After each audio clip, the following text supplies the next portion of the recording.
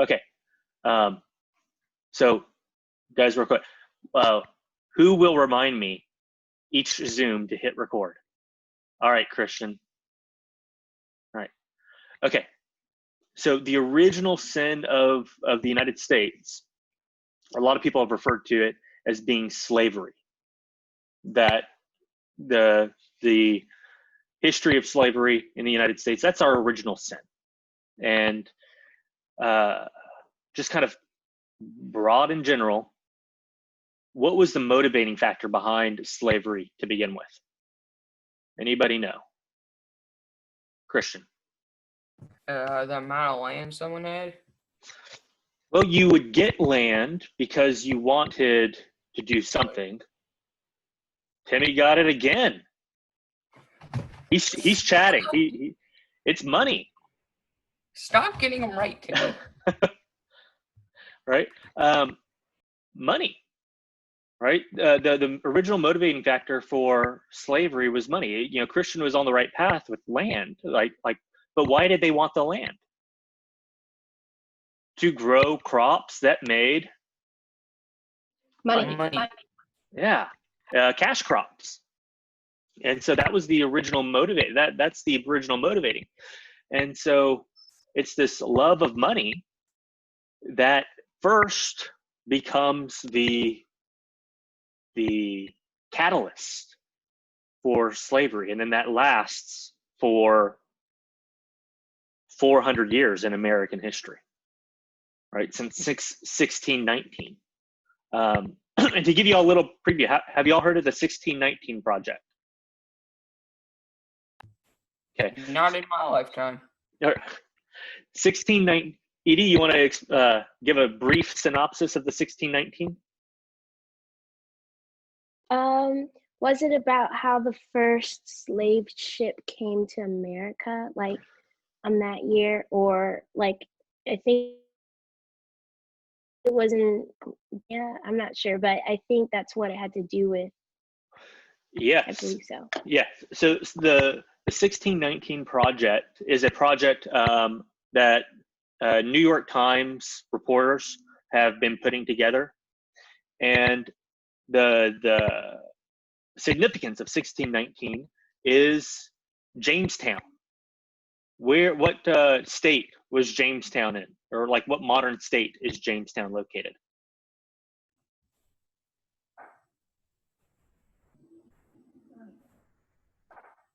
Starts with a V. Virginia. Virginia, right? So, but Edie was right. It's the 1619.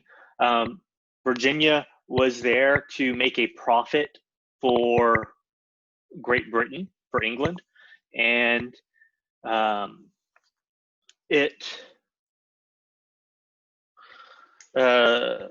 they needed workers to grow tobacco, and so through the beginning of the slave trade, that's when they started bringing over. The first slave ship came over to Virginia in 1619, right?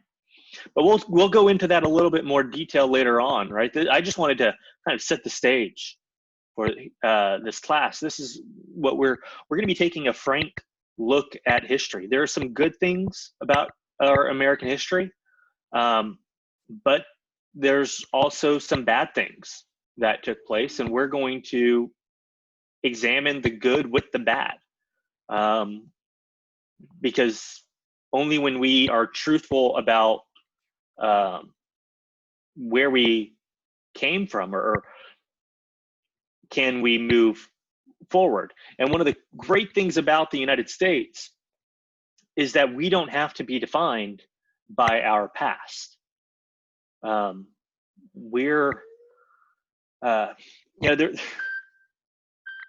was listening to NPR this summer, and they were talking about the citizenship process of, goodness, my phone is going off.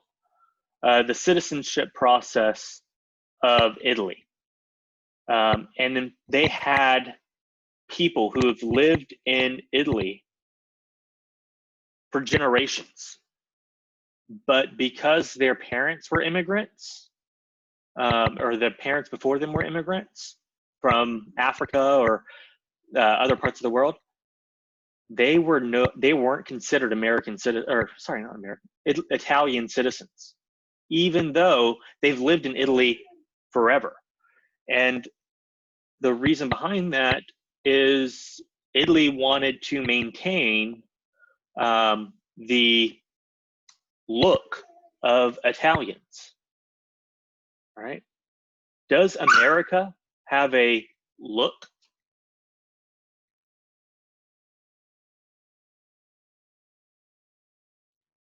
Do American ideals have a look? Sometimes, I think. Do American people have a look? Yes. Do we? I don't know what you mean by that specifically. I can't. If you're muted, I can't hear you. I don't really get what you're Right. saying about Let- the what. I see some people shaking their heads. So we really don't have a look, do we? Like, Yes. if you just see a random person, if you see a random person on the street that looks, I mean, just look at the screen here. If y'all have everybody in this class on the screen, do we all have different looks to ourselves? Yeah. Yeah. There's no, and that's one of the things that makes the United States a pretty awesome place, is that no matter where we've come from, ideally, we are welcome here, right? That's part of the American ideals. And we can shape the American society to fit those ideals. When we look out in the world and we see injustices right now, it doesn't mean that has to be the way it is, right? Okay, so let's get down to some housekeeping measures, all right? I looked on Google Classroom earlier today, and it seems like quiet.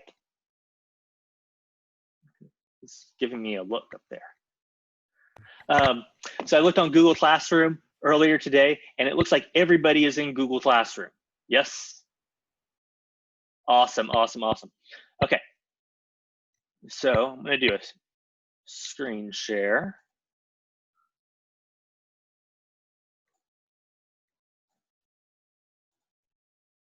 Okay. So let's kind of go through here. Let's start off with Cornell Notes. I know y'all really, really love Cornell Notes. No. Timmy, you're shaking your head the wrong way. You're supposed to shake it this way, not this way. No. You need to orient your screen. All right. So we're doing things a little differently. Like last year, y'all did Cornell Notes in a composition book, right? Or y'all wrote them down, handwritten?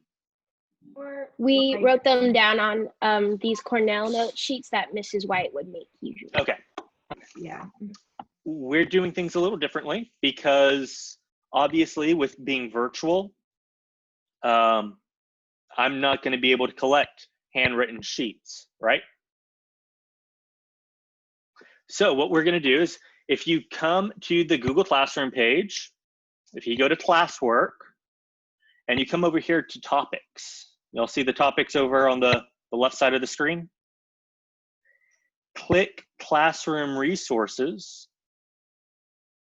And you'll see our syllabus, our Flipgrid page, and Cornell Notes. Okay. So y'all had Miss Greer last year, yes. And you know how she would do that Cornell Note self-evaluation? Like she'd have y'all self-evaluate your Cornell Notes, and if your grade matched what she ended up giving y'all, like y'all would get an extra 5 points. That's how she explained it to me. So,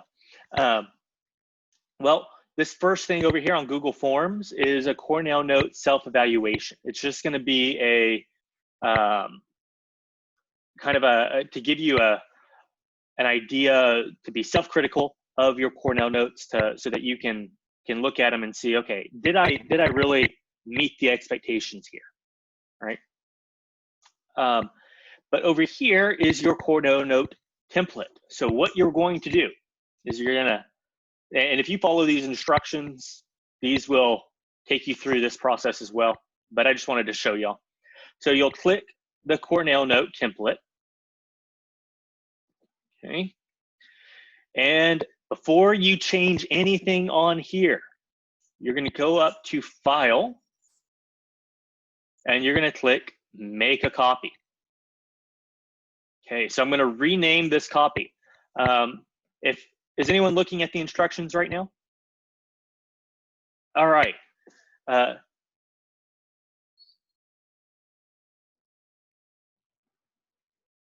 Remind me how to say your name again. Denaya. Okay. I keep on saying, and I want to say Danielle, but because it Denaya. Okay. So Denaya, what should I rename this how should I rename this document?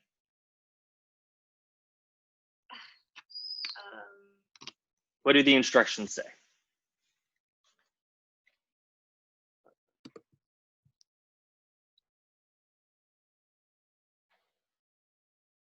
What do I rename it? Like,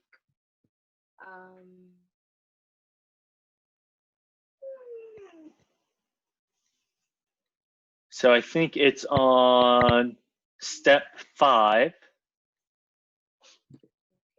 What does step 5 say I should rename it?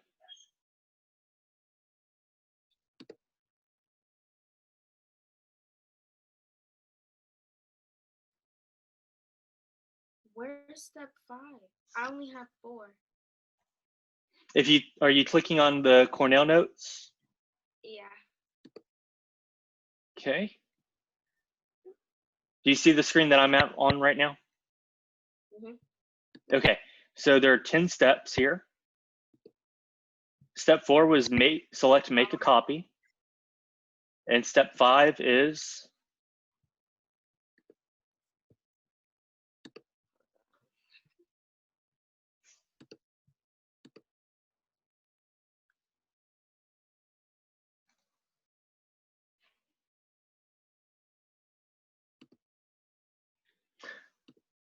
Timmy, if you're the one that sent me a chat right now, during screen share, I can't see the chat. Okay.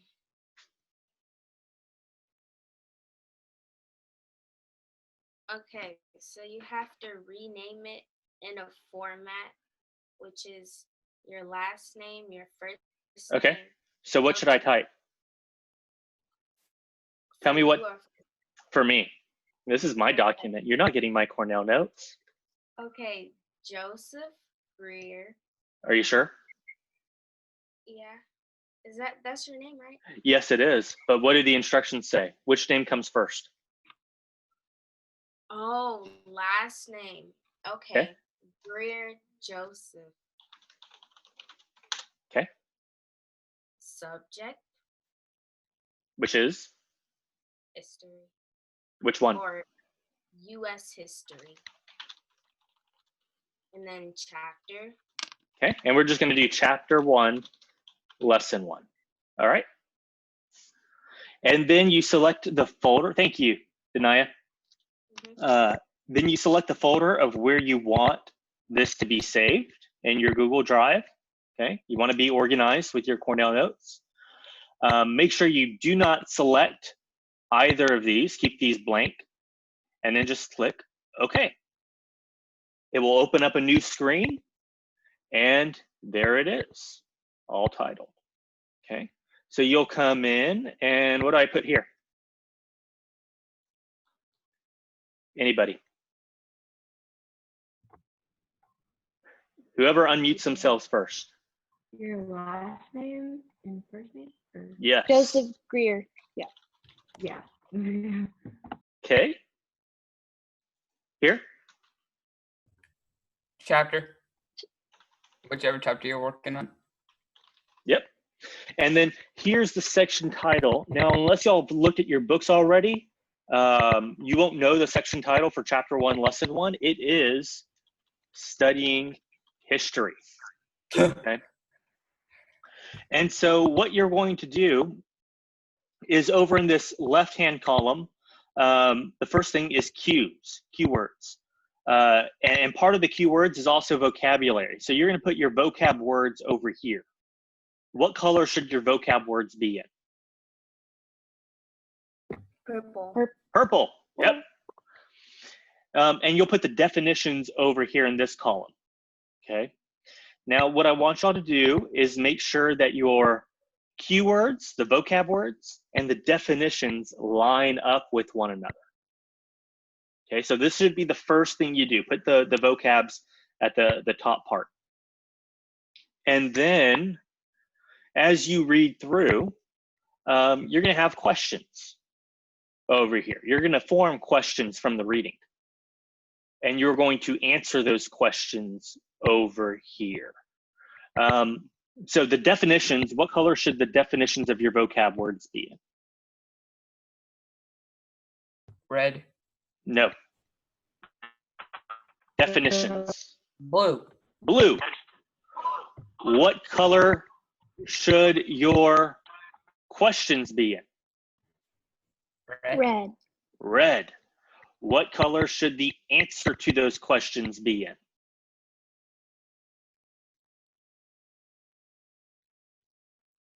Red. Nope. If you're going to have the questions over here, your answers to those questions will be over here. Blue. Blue. Okay. And then any other notes that you want to take will be in blue over here. And then finally, you're going to summarize and you're going to write your summary in orange. Okay. Why do y'all think I have you color coding? So when we're Help us stay studying organized. It's easier, and you can organize the information by like sections. Yes, so exactly. One, when you're reflecting on it, when you're looking over it, one, it keeps you organized. Two, if you're looking for something specific, it will help you find that. That's part of being organized. And then three, color, it helps your memory.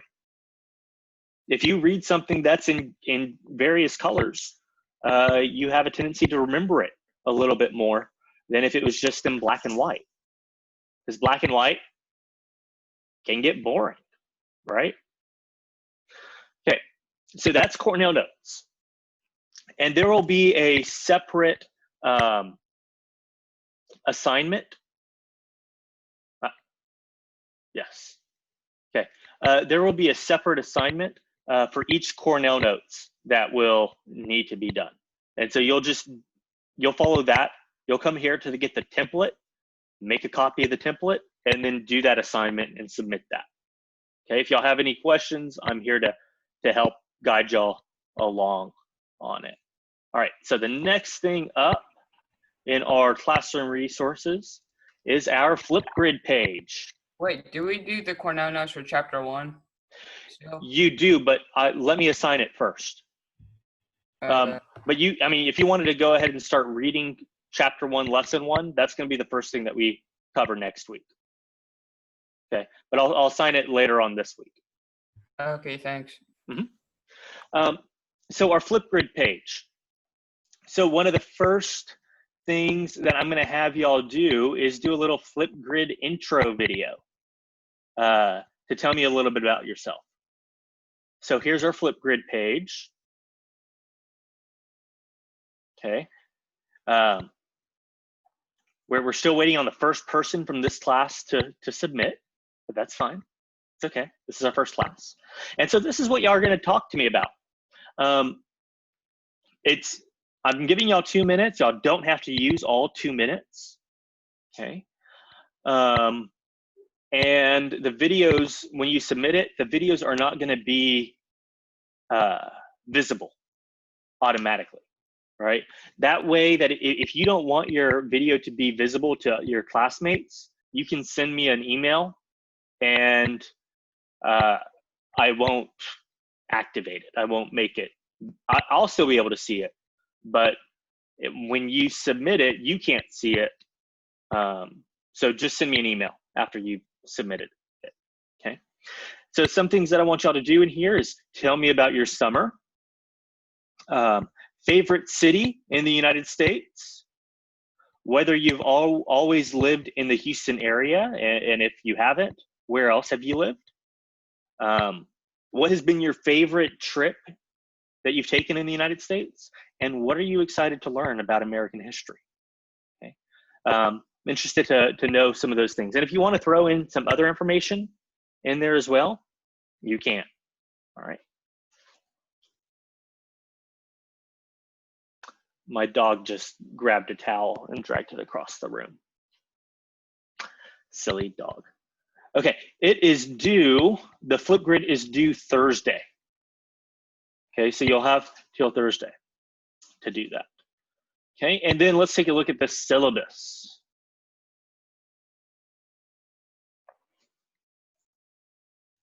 Okay, so we've already kind of talked about this a little bit, about what we're going to be covering. Now, toward the end of the course, if we are in person, I plan on showing segments of different videos. And so the Red Badge of Courage, Harriet. How many of y'all seen Harriet? Okay. Glory and the Free State of Jones. Now, what can you tell me that sticks out to you about Glory and the Free State of Jones? They're rated R. They are. Now, the reason that they're rated R is because they're Civil War. So they do show the violence from war, because war is awful. And there's some historically related language that is used. Now, when I show the clips in class, the segments in class, I cut out a lot of that just so that there are certain scenes from these movies that help tell the story. And Glory covers the first fully African-American regiment of the Union Army, the Massachusetts 54th. So Denzel Washington is in it. Matthew Broderick is in it. Carrie Ellis is in it. How many of y'all are Princess Bride fans? Okay, Carrie Ellis is Wesley, and so he's in that movie too.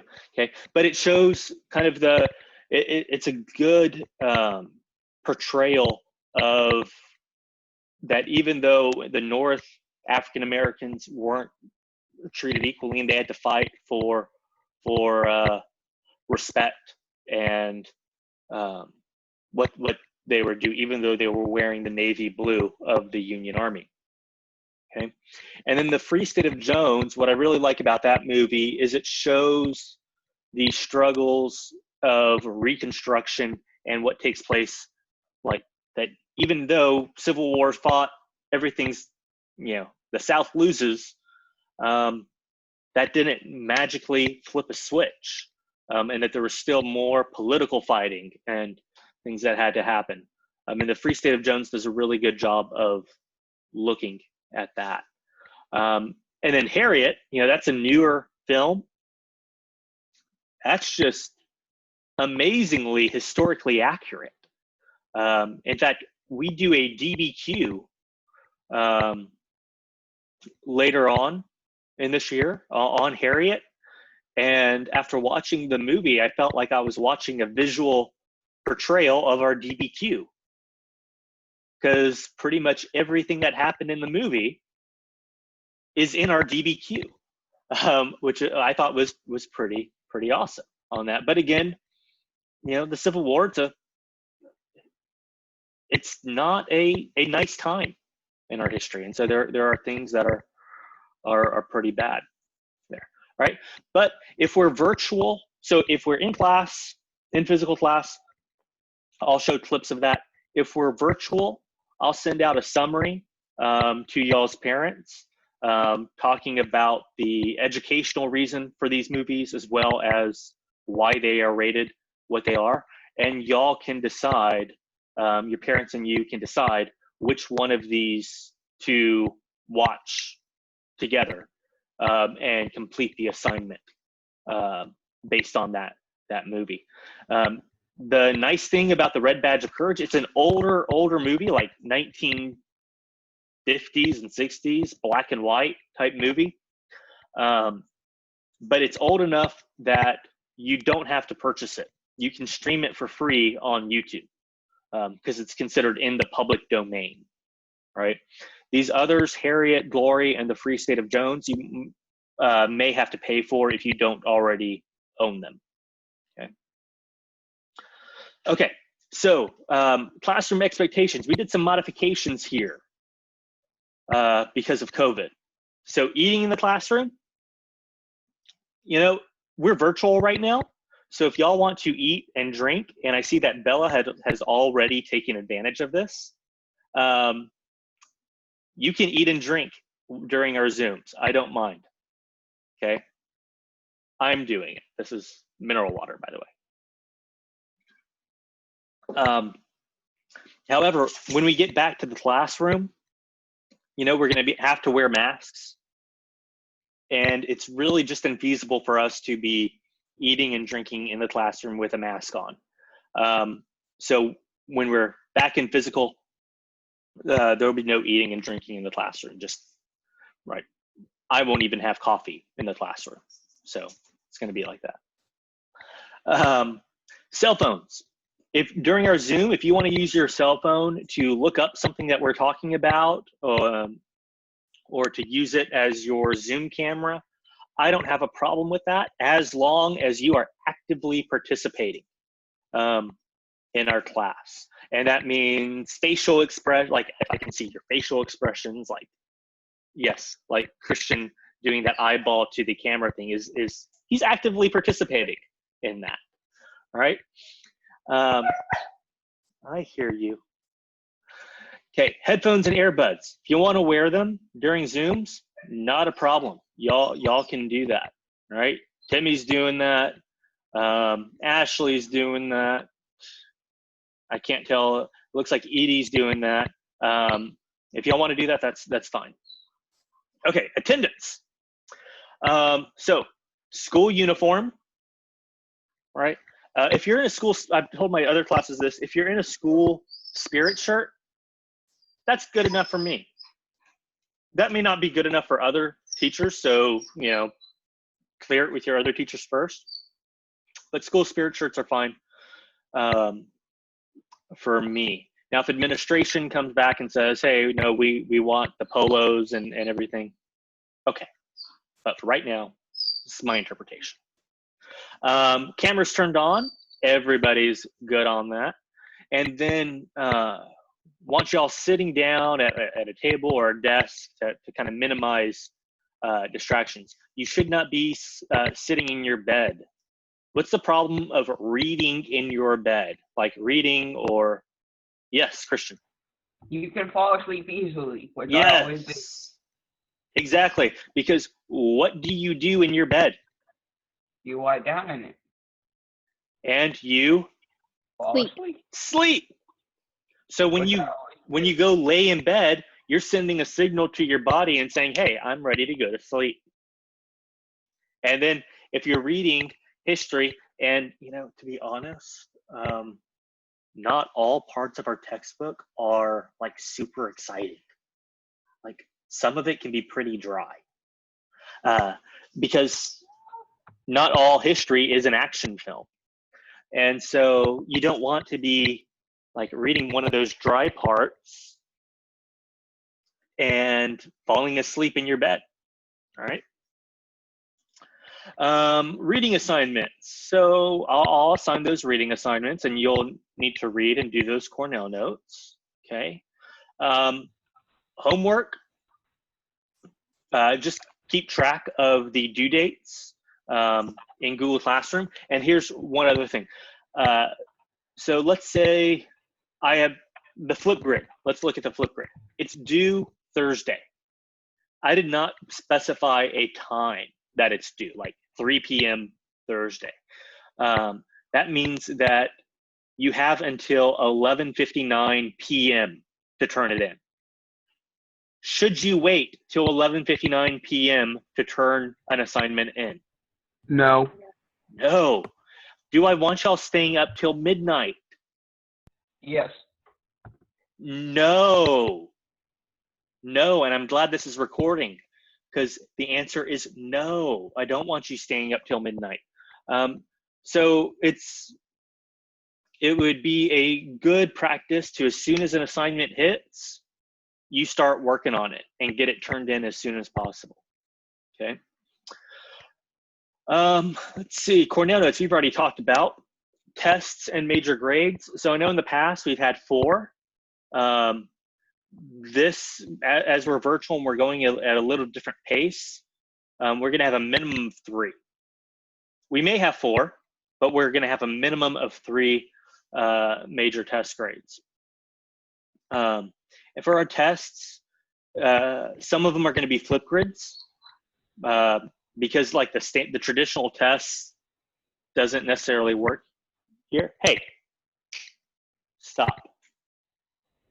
Sorry, Colt was pulling my comforter. Yes, Christian. So, do the major tests include final exams No. for semester grades? Well, we're just looking at 9 weeks right now per term, Okay. per 9 weeks. Okay. And when we have a traditional test, multiple choice, true or false, things like that, I'm not going to say that there's this set time that we have to take this test. I'm going to give y'all a range of 2 days. Like, the test is going to drop here. The test is going to drop on Tuesday. You have until Thursday or Wednesday at midnight to get it done. Okay. So as long as you take it within that window, you're good. Okay. Because we have to be a little bit more flexible being virtual, right? Right. Okay. Let's see, late work. Okay, let's say we have a test, or let's say there's a homework assignment that was due, but if we were in class, something happened and you would be absent, but it's an excused absence. If that thing happened while we're virtual, just send me an email, copy your parents on that email, letting me know what happened and why the work was late. And if it falls into the excused absence category, no problem, right? No problem on late work for that. Okay. Supplies needed. Okay, does everybody have access to their online textbook? Let me know. Bella, you don't? I don't. Okay, so Bella, Christian Robbins. I just basically always just use my textbook Mhm. that the school provides. Does anybody else not have access to their online textbook? Okay, Christian Hodges. Okay. Today during office hours, I will be sending y'all messages on the Google Classroom Okay. to make sure that y'all gain access. Okay. All right. And then these supplies right here, pen, red, blue, black, pencil, hot, and highlighter. That really only matters when we're back in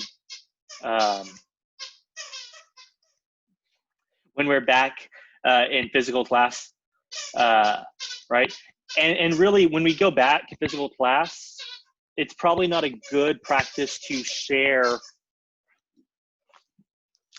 It's probably not a good practice to share writing instruments with one another, right? Because of, you don't want to be passing things back and forth. Yes, Christian. Is that Colt's duck? No, it's Colt's dragon.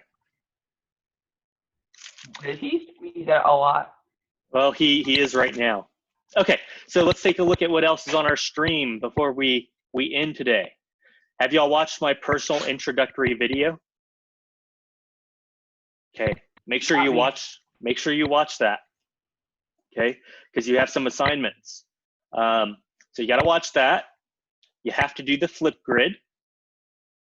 Okay, and when you do this assignment, okay, so Kenneth has already done it, but you just do what Kenneth has done and say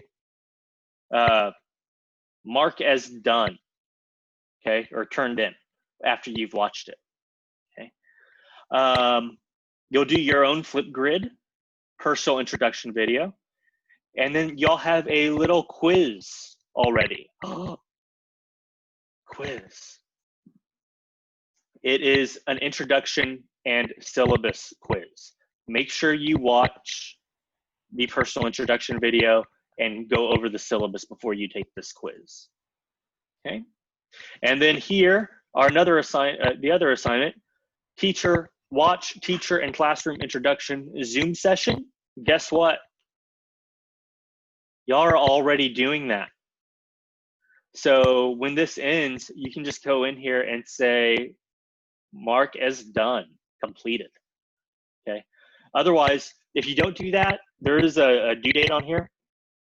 If you don't do that, at the end of the week, for those of y'all whose parents have signed on as classroom observers, your parents will get an email summary, and it will show that this is missing. If you don't go in and say, click is completed. Okay. So just go in, click is completed. Also, for those of y'all that, I guess, if you miss a session, right, for something you miss a Zoom and you want to see what happened, this is also where I will be posting the recording of the Zooms on these deals, on these assignments. Okay. Any other questions? I think we've kind of gone over all of our classroom stuff, right? If y'all have any questions, the best way to contact me is either email or putting a message, typing a comment on something that I have posted in Google Classroom. If you just type a comment in Google Classroom and it's not something that I posted, I won't get that notification, right? Like Sydney, you know how you sent that comment on Google Classroom? Yes, right? sir. I didn't get that notification immediately. But if Sydney were to have commented on something that I had posted, I'll get that notification immediately on my phone and I can respond pretty quickly. Okay. I'll still respond to your notifications if you just post it, but I won't respond as quickly as I otherwise would. Okay. Any other questions? All right, guys, I look forward to watching your introductory videos, and Colt does too.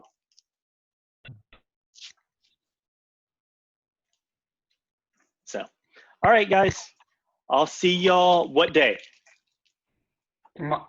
Thursday. Thursday. All right. Adios. Bye.